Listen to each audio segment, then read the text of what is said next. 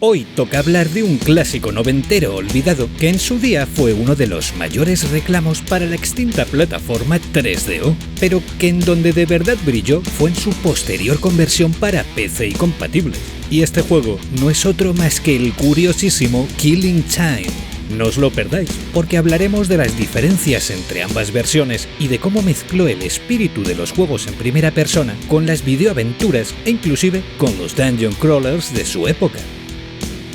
Sed bienvenidos a Canal Freaks. A finales de 1995, el prestigioso estudio 3DO lanzaba en exclusiva para la máquina de Electronic Arts un juego que a simple vista podía pasar por otro shooter genérico de los tantos que habían aparecido y que imitaban a los geniales Wolfenstein y Doom. Pero lo cierto es que Killing Time iba un paso más allá, y si bien se trataba de un juego de disparos en primera persona, su punto diferenciador fue que se trataba de un título que transcurría dentro de un pequeño mundo abierto, una isla, que no sabía de niveles, y en el que la exploración y el propio concepto del escenario recordaba enormemente a los juegos de rol en primera persona de aquella época. A esto le sumaremos la peculiaridad de su trama, que resultaba mucho más importante y que tenía mayor peso que en cualquier otro FPS del momento, añadiendo que en la manera en la que ésta se desarrollaba y mostraba era totalmente novedosa dentro del género, ya que el estudio implementó escenas de vídeo en tiempo real dentro del título, de tal forma que cuando nos deteníamos ante cierto tipo de señal, podíamos presenciar escenas de vídeo grabadas con actores reales que nos daban info sobre nuestros objetivos y sobre la trama. Este aspecto recordaba enormemente al que se utilizó en el clásico Seventh Guest. Y aunque se suele comentar que Killing Time es la mezcla de este con un first-person shooter, la realidad es que Seventh Guest era un juego de puzzles en el que se intercalaban escenas de vídeo, y Killing Time, además de carecer de puzzles, las integraba dentro del motor del juego, en tiempo real. Más allá de la similitud del aspecto, no tenían mucho en común. Antes de seguir con sus peculiaridades y centrarnos en la versión buena, la de PC, debo señalar que en su edición original el juego no dejaba ver todo su potencial por culpa de las limitaciones de la máquina para la que se desarrolló, ya que en esta edición todo el gameplay transcurría en escenarios delimitados por paredes, inclusive en zonas supuestamente abiertas, asemejándose más a un dungeon crawler típico, pero con un enfoque de la acción similar al de Doom. En esta versión inicial no se podía sentir en su plenitud la intención de transitar un pequeño mundo abierto, y la escasa distancia de dibujo, junto a las ya nombradas paredes, contribuían aún más a oscurecer este aspecto. Pero 3DO fracasó y desapareció del mercado, por lo que muchos de sus títulos fueron convertidos directamente a otros sistemas, con la intención de recuperar parte de la inversión. Y el estudio 3DO, que siguió existiendo y desarrollando, encargó un port para PC y Mac al estudio Logicware, recién fundado por la maravillosa Rebecca Heinemann, quien también es conocida por haber creado Interplay Productions.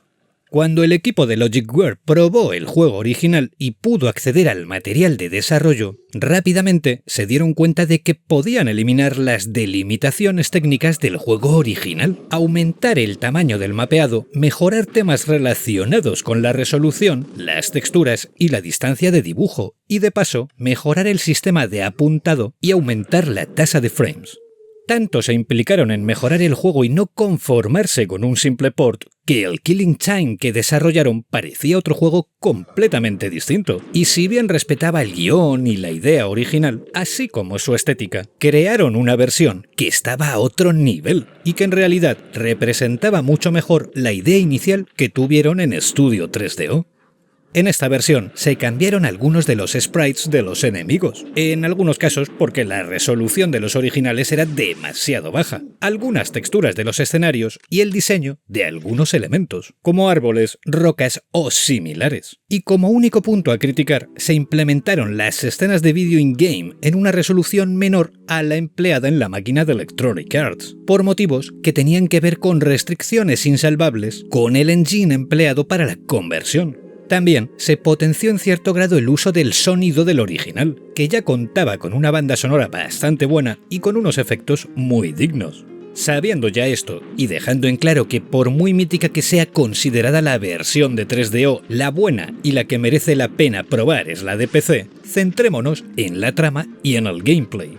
Killing Time comienza con una escena en full motion video que nos informa sobre un antiguo artefacto de Egipto, un reloj de arena, que al ser manipulado por su dueña, personaje que durante todo el juego nos irá dando detalles de la trama, permite que se desate una maldición, haciendo que tiempo y espacio queden congelados en el lugar donde transcurre el juego, la isla por la que deberemos movernos durante el transcurso del mismo.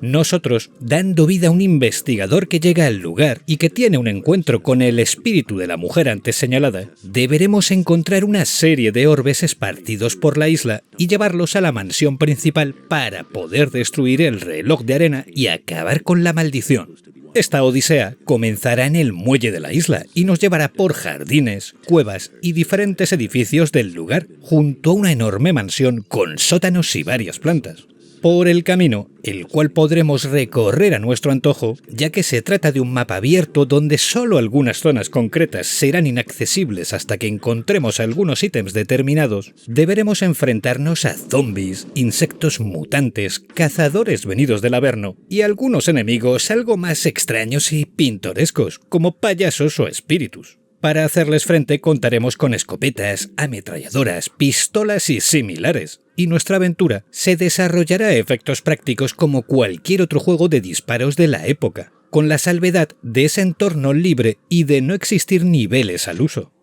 Según nos vayamos moviendo por este entorno, nos irán apareciendo unas visiones fantasmales en forma de la protagonista del vídeo inicial, que irán desgranando la trama y todos estos elementos, tanto el de la importancia de la trama como el de la exploración y la acción en primera persona, convirtieron al Killing Time de PC en un juego con personalidad propia al compararlo contra cualquier otro FPS de la época. Siendo sincero, visto hoy en día es un título que está muy superado a todos los niveles, pero en 1996, cuando apareció para compatibles, no existía juego alguno que combinase con tanto acierto la exploración y el combate, y mucho menos que tuviese una estructura tan de dungeon crawler de los 90. Puede que no fuese perfecto, o que no resultase realmente brillante, pero en conjunto resultó en un título notable que, pese a sus diferencias, se llegó a percibir como otro shooter más, debido a la saturación del género en el mercado de aquel momento.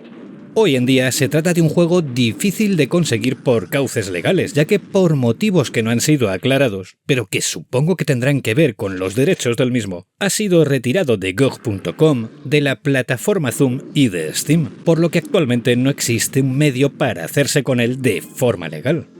Aun con esto, no puedo más que recomendaros que lo probéis si os gustan los juegos noventeros de este estilo, ya que es posible que os encontréis con un juego diferente y con bastante encanto. Eso sí, no busquéis la versión de 3DO para emularla, id directamente a buscar la versión de PC. Y dicho esto, y habiendo recordado a otro juego que se merecía su propio vídeo, no puedo más que daros las gracias por vuestro tiempo y por vuestra atención. Nos vemos en el próximo vídeo. ¡Saludos!